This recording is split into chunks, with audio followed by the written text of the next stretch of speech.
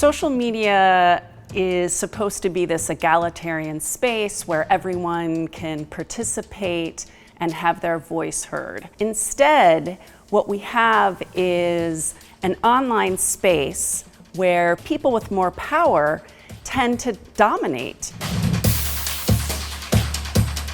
What I found is that groups with not only more resources themselves as organizations or movements tended to dominate online, but also individuals who were part of those. And what I found was that it was people with what I call more assets, ASET. So A means basic internet access.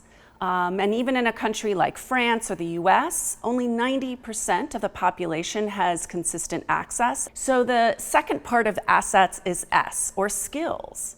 So not everyone is able to harness the power of the internet, understand Facebook or TikTok's algorithms and how they work and how to get more followers or more people to see a post. Also in assets is E, empowerment. So a lot of people don't feel as empowered to use the internet to speak out about what matters to them. And finally, in assets, the fourth piece is T, or time, people that have disposable time. So this is really key to think about in terms of who is able to really access the power of the internet. One may say, why don't we just regulate tech companies like Facebook? But the reality is that even before Facebook emerged as this dominant online platform, there were still these differences in terms of the people that were able to harness the power of the internet and those who weren't. And it is this question of power differences that are offline are often translated online as well.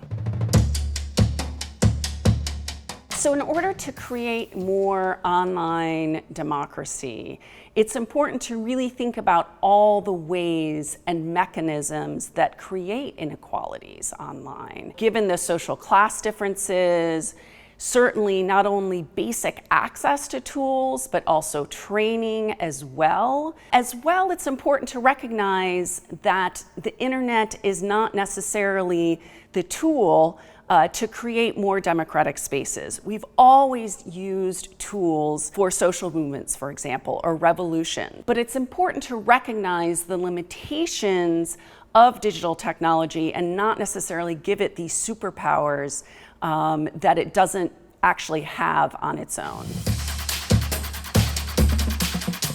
There has been an understandable way in which people have been struggling to connect, struggling to still work, shop as much as possible, find that normalcy. And often that's been through digital technologies. As we've seen this explosion of the use of digital technologies, what we've also seen is the importance to go back to basic internet access. It's interesting to note that this survey was conducted online, so we were already looking at people who had some level of internet access. But even among those people, there were many challenges that people faced trying to help their kids do their homework, or printers weren't working, or people trying to just have enough bandwidth for everyone in their household, or people had to share gadgets or computers. Some of the issues that we really need to think about and really come back to this basic